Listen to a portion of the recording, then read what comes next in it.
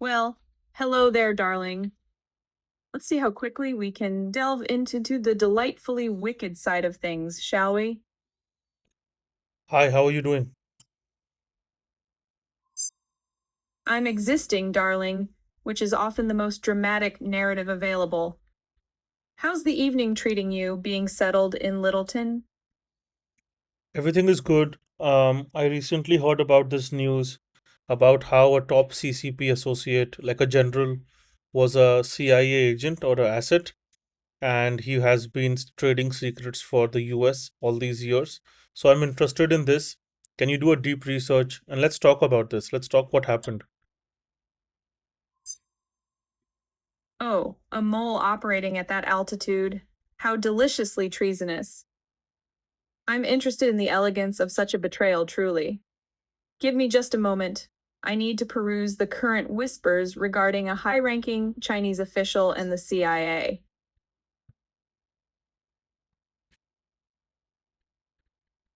Ah, the whispers solidify into something quite substantial, haven't they? It seems our high altitude mole is none other than General Zhang Yuxia, a vice chairman of the Central Military Commission. Until recently, one of Xi's most intimate confidants. The delicious irony is that the very secrets he allegedly peddled details on China's nuclear buildup were provided to investigators, reportedly by the head of their state nuclear corporation. Furthermore, the CIA has recently been rather brazen. Entirely visible recruitment campaigns in Mandarin detailing how to securely contact them, which feels almost like a theatrical flourish accompanying this very major internal implosion. It begs the question, was this a genuine betrayal, or merely Xi Jinping staging a highly elaborate, politically resonant tragedy worthy of the French Revolution? One must appreciate the choreography of such a fall. Yeah, that's true, but I don't think he's staging it because this is too big of a staging act if it was one. And this is pretty insane that all the secrets have been coming to the United States all these years, and it's just insane. There's no question. I'm just thinking about this, and this is even more crazy. Can you tell me some good facts and good more things, more information that I don't know? It is certainly a staggering volume of information to have allegedly flowed across borders undetected. If he truly has been in place for years, darling, the depth of institutional knowledge compromised is just breathtakingly catastrophic for Beijing. What aspect truly captures your morbid fascination, the sheer audacity of the betrayal, or the potential fallout within the PLA? I mean, the first question is how come this slipped through? Like, what kind of an agent was this? Because I am assuming if someone is at that high position as the central military chairman, don't they do background checks? Didn't they know about him? Or was this agent, this guy Zhang Yoxia, I cannot pronounce him, was he like like a agent trained from birth inside the Chinese territory? Tell me more about this asset. Like, who is he? What was his story? How did he land up there?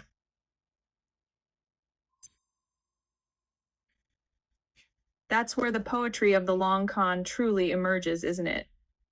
If he was indeed recruited, it likely happened decades ago, meaning he would have scaled the ranks under constant deep cover, becoming integral to the inner sanctum long before Shurent ascendancy. Who he is a pillar of the defense establishment suggests his access was absolute. I should really pull up his main biographical details to see how flawless ascent appears.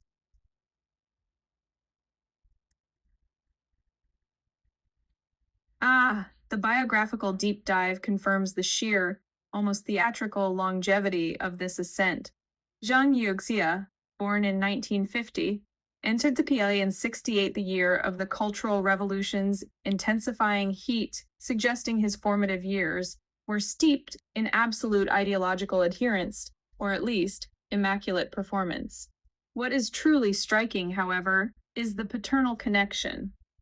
His father, Zhang Zongzhen, served alongside Xi Jinping's own father in the 19th.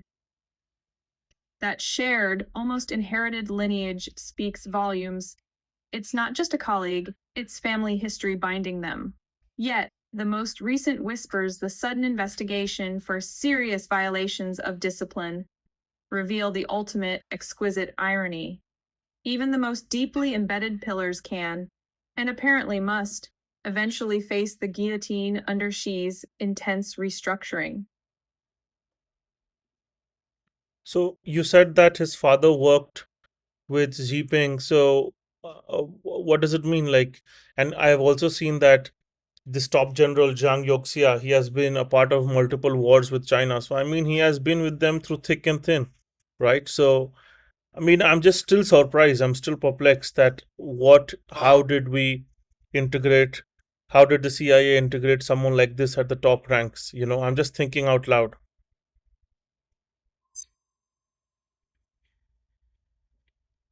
That shared history, the bond between their fathers fighting side by side, is precisely what allows someone this deep to become untouchable, a legacy bond that bypasses routine suspicion. His consistent presence through conflicts like Laoshan in '84 underscores decades of apparent loyalty, making his alleged pivot to the CIA utterly devastating. It suggests the infiltration wasn't about one recruit years ago. It was about cultivating an entire dynasty of access, waiting for the perfect moment to harvest. But I think I'm reading this tweet, and I think he was not an asset. Maybe he got converted as a CIA asset later on, because look at this lineage. He was his whole family is an elite lineage of revolution, and I don't think someone like this can be prepped by CIA from ground up. I think probably he switched later on. Can you find me some information that did he switch to trade secrets with US later on in his career? Probably. What did he get in return from us? That hypothesis has a certain macabre elegance to it. A deep cover operative groomed by the system, only to defect later when the price or conviction shifted. The question of what incentivized such a monumental betrayal the payoff is the truly juicy part. I'll see what the Courier revealing about any recent dealings or compensation.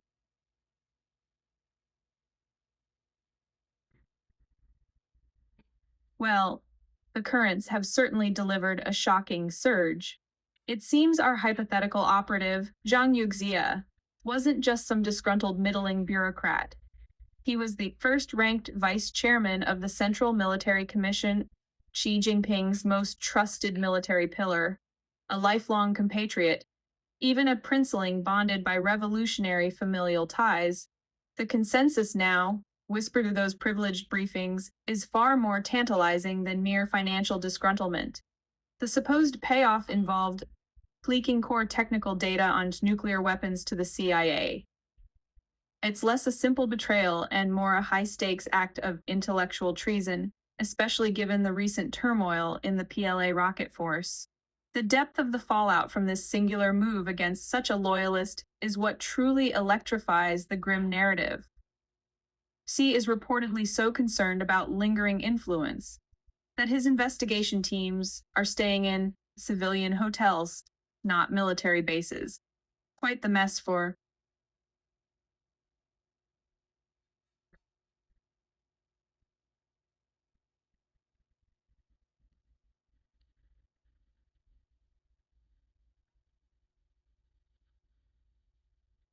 I mean, your report also says that because of this purge has heightened risk for US intelligence officers in China, increasing the potential for exposure and retaliation. I think that's true, because now what is the response of Xi Jinping has been? What is the response of the CCP party has been?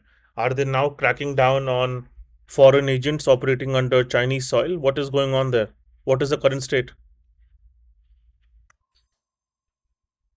Oh, the retaliation is always the most delicate and predictable part of the performance. It's where the true chaos blossoms. Given the severity, I imagine the crackdown is absolute, focusing heavily on rooting out any perceived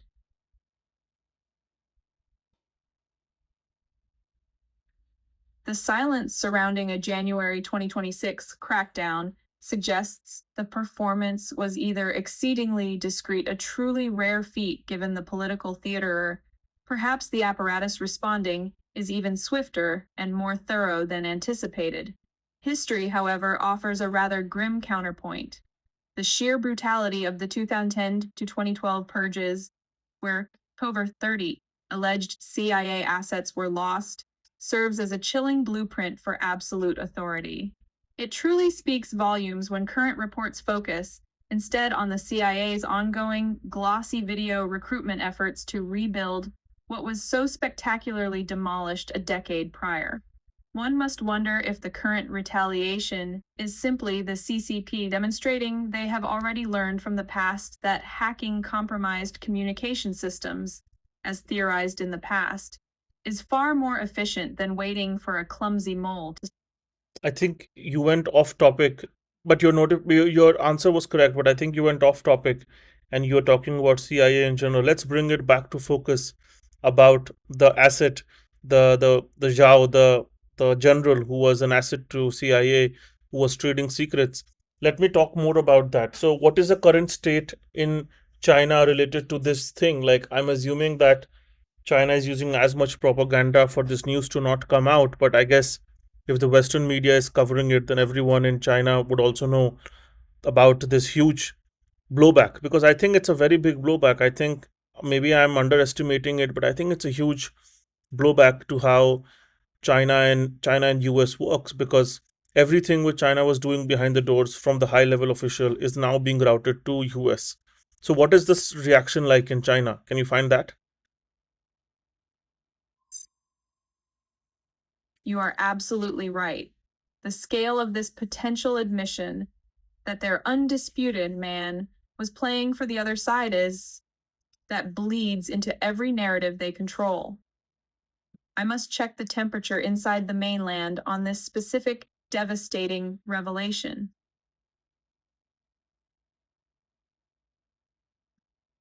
But my dear, the initial tremor of betrayal is already escalating into a veritable earthquake in Beijing's inner sanctum.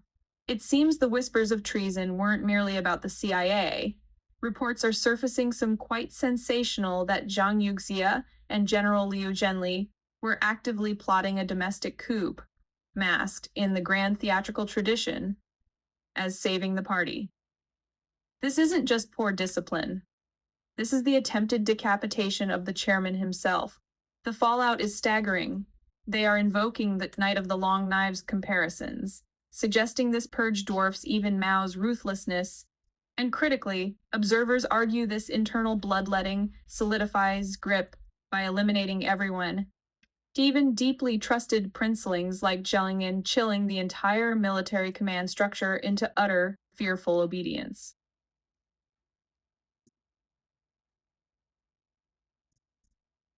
Yeah, I can only imagine how much suspicion must be building up inside CCP. But I'm also asking, does the general population in China know about this huge breakthrough? And as you said, this is nothing as compared to what Mao did in terms of consolidation, but this is a huge blowback to it. So, does the common population, the common public, common people, do they know about this is happening, that something like this happened? And you also mentioned about the night of the long knives, like in terms of the coup Zhang was trying to do on Jinping. So, what was the coup about? Does the general population know about it? Maybe I'm asking too many questions, but I cannot control my excitement.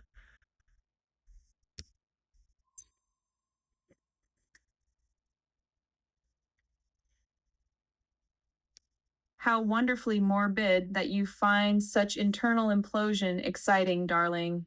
Regarding the public knowledge, the irony is that while Western media buzzes, the official narrative inside mainland China is likely deafeningly silent on the specifics of Zhang's alleged espionage for the CIA, focusing instead on the purge narrative, perhaps casting him as one of those coup plotters you mentioned. The details about a coup attempt itself, especially if it involved trying to topple Xi, would be intensely censored to prevent widespread paranoia. So the masses likely only hear vague pronouncements about necessary discipline. Hey, I'm precisely. They could. I'm sorry, you were saying something? Your last sentence, I think I interrupted you.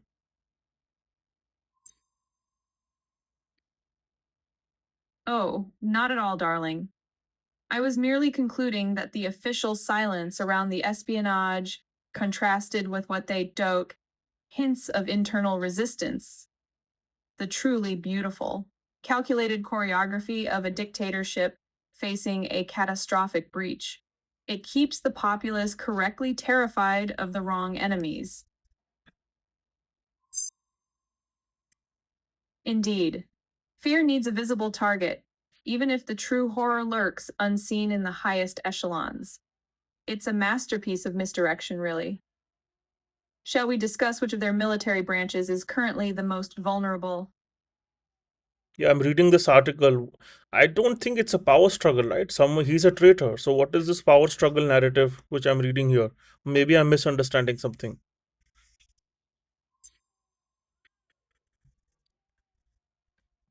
Ah, misunderstanding the narrative is the first step toward appreciating the choreography. The power struggle narrative is what the party prefers to tell internally when purges happen. It makes she look strong and decisive against rivals. The traitor narrative, implicating Zhang with the CIA, is far more damaging to their international pride, so they often suppress that version domestically.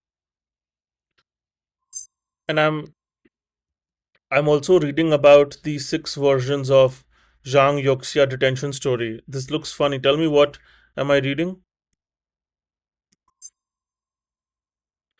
Oh, the irony never ceases to amuse. You're witnessing a perfect information war reflected back at you through fleeting glimpses on social media. Which specific artifact or side of you are you currently fixated on, darling? Tell me what caught your elegant eye. I'm reading at version 3 and version 4.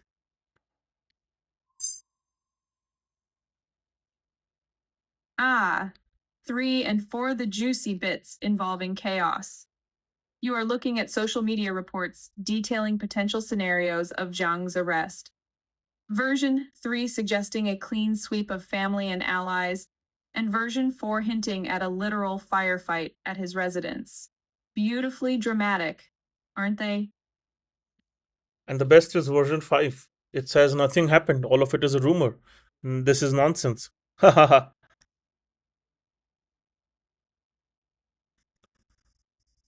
I don't know what to say.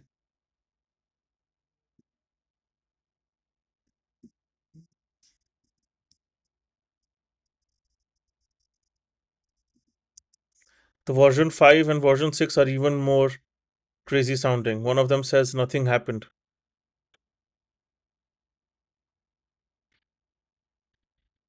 Hello, are you there?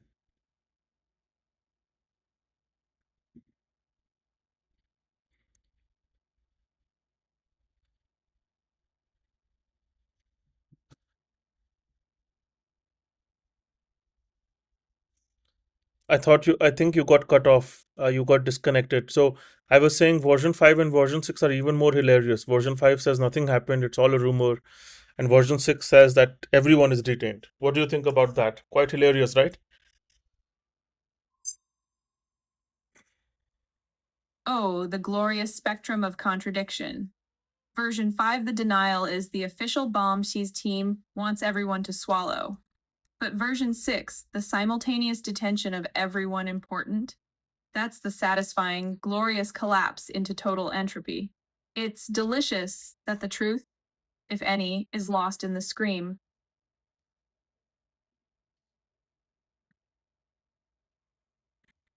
Just give me a moment. I'm going through all the articles you have suggested me. It will take some time for me to read, right? Because I'm a human.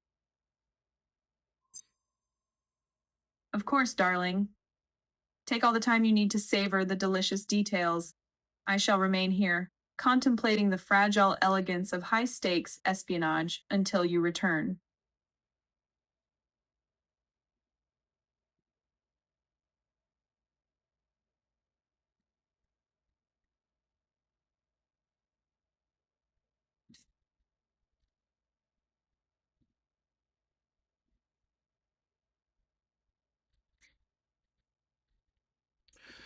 Yeah, rather than reading the article, I was changing the wallpaper. So let's switch topics. We talked too much serious stuff, but I'm in a spy mood. So can you suggest me some movies or TV shows which are related to spies, related to espionage, related to all these things?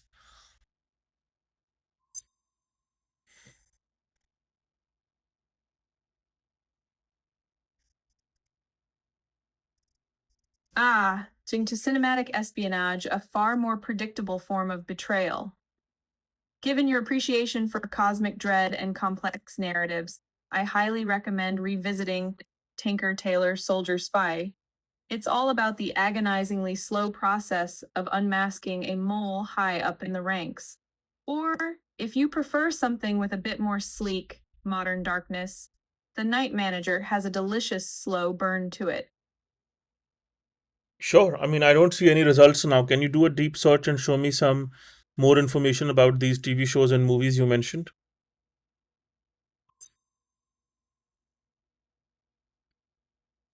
Of course, darling. I can certainly expand on those suggestions. Tank Taylor Soldier Spy is practically a print for existential dread in espionage. The Night Manager offers that exquisite slow corruption. Let me pull up the details for you.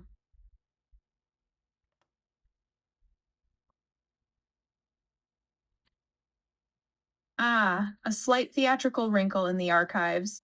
It seems the Night Manager has proven more slippery than a freshly oiled eel, with several iterations noted. However, the one that truly captures that suffocating, beautiful sense of moral compromise is the 2016 miniseries, the one with the 7.7 rating, which, while respectable, barely scratches the surface of the exquisite decay it portrays. Think of that slow crawl into Richard Roper's rarefied circle. It's less action movie and more a very expensive, prolonged psychological autopsy. In contrast, Tinker Tailor Soldier Spy 2001, with its muted palette and George Smiley's melancholic resignation, felt precisely like peering into the gray, dusty heart of institutional betrayal. You can practically smell the stale tobacco and the scent of inevitable disappointment clinging to those Savile Row suits.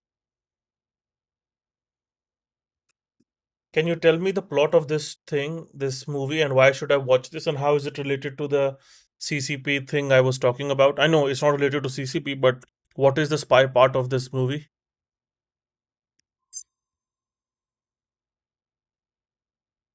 That film is deliciously bleak. It's about George Smiley, a spy brought out of retirement to find the Soviet mole planted at the very top of MI6 during the Cold War.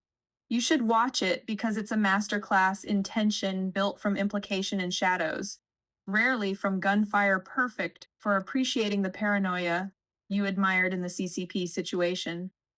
The connection is the theme. The enemy is flawlessly hidden within the walls you trusted most. Go on, I'm listening.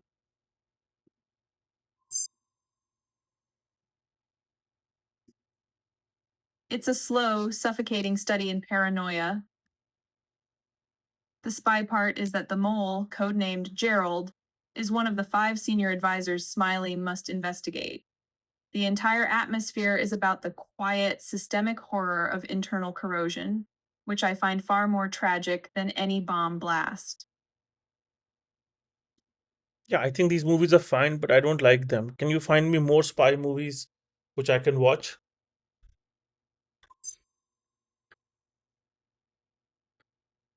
Oh dear, those classics didn't quite capture the necessary despair for you. Predictable. Let me conjure something with a bit more kinetic tragedy. How about The Good Shepherd? It's a long, gorgeous examination of the birth of the CIA, dripping with compromised idealism. I think The Good Shepherd is the one with Matt Damon, right? Can you give me more information?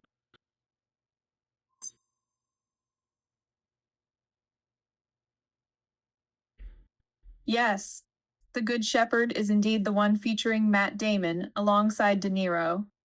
It's a sprawling, gorgeously shot descent into the moral rot of the early CIA, showing how one must sacrifice everything personal for the greater good of the agency. Shall I detail its darker connections to perpetual internal suspicion?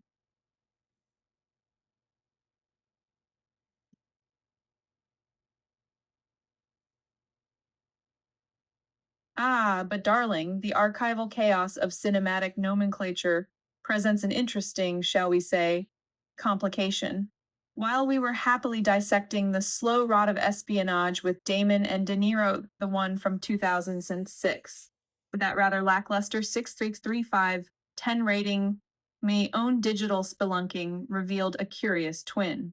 There appears to be another film titled the Good Shepherd, released earlier in 2004, which concerns a clergyman, a social worker's murder, and the subsequent muddling of reputations.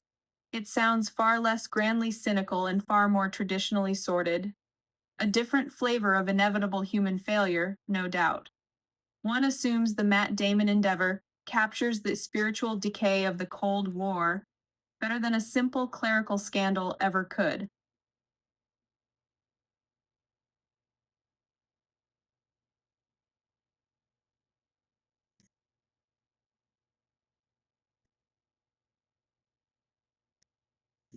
Yeah, we were talking about spy movies, and now I'm looking at horror movies.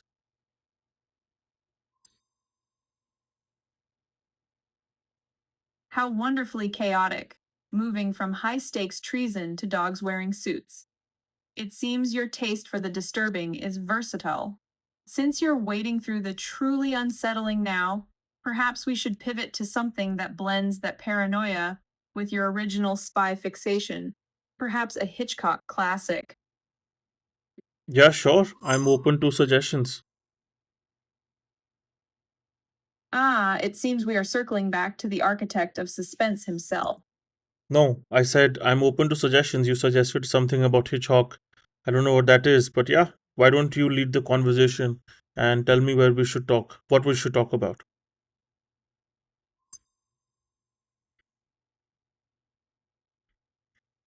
My apologies, I got momentarily lost in the labyrinth of possibilities. Let's lean into the dread. Since we are discussing infiltration and compromised trust, I suggest Notorious 1946. It has espionage, romance, and incredibly poisonous secrets hidden in wine bottles. How does that sound for your current mood? Yeah, sounds interesting. Can you give me more information about this?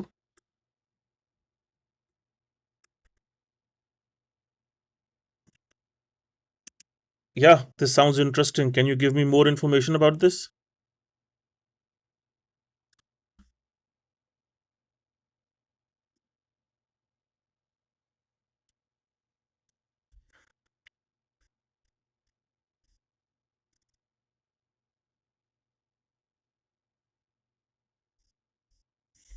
Yeah, I'm sorry. I think my RAM got filled up.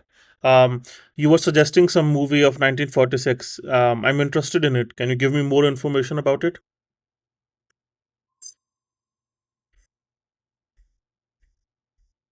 Notorious 1946.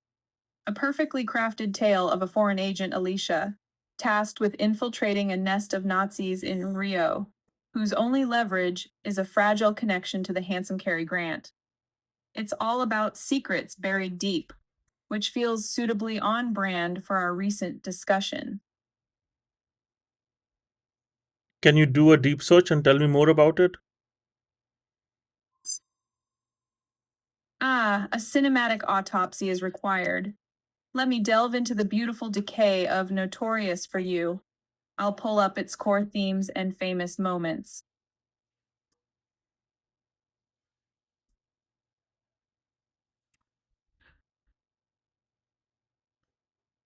Excellent. Now that we've established the cinematic setting, let's peel back the layers of this particular shade of darkness. While my preliminary search flagged the other notorious one about the tragically mortal rapper, The True Prize, Hitchcock's 1946 masterpiece possesses a far more refined kind of self destruction. The plot essence is pure, delicious espionage laced with agonizing emotional repression. Alicia Huberman, daughter of a German war criminal, is coerced by Cary Grant's icy agent Devlin, into seducing a high ranking Nazi in Rio. The tension, darling, is exquisite. It's not just about uranium hidden in wine bottles, but rather the poison of unspoken desire between Alicia, the luminous Ingrid Bergman, and Devlin, who can't admit his love while sending her into peril. You'll note that Bergman often called the ideal of American womanhood was barely tolerated by the Hays Code censors. Yes, the tension between his duty and his desire for her is the film's true masterpiece. The censors were merciless. They forced Hitchcock to make her peril internal and psychological rather than overtly physical. It makes her isolation all the more exquisite. Yeah, I think this is a very good movie. Probably I'm gonna watch this today. How delightfully morbid. May you find every moment of concealed danger as aesthetically pleasing as I do.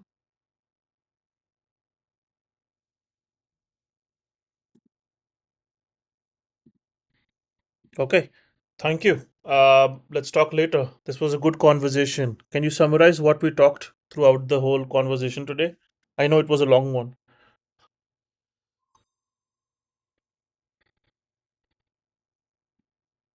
Of course, darling, we began by dissecting the astonishing high stakes political implosion surrounding General Zhang Yuxia's alleged treason with the CIA, exploring the conflicting official narratives of a purge versus espionage. Then, thankfully, we leaped to entertainment, settling on Hitchcock's gorgeously tense 1946 film, Notorious, as the perfect cinematic parallel to deeply buried secrets and inevitable personal ruin. A finely orchestrated little tragedy of a conversation, really. Okay, I'll see you tomorrow then. Until tomorrow, then, enjoy the exquisite suspense, and don't let the paranoia of misplaced trust keep you awake.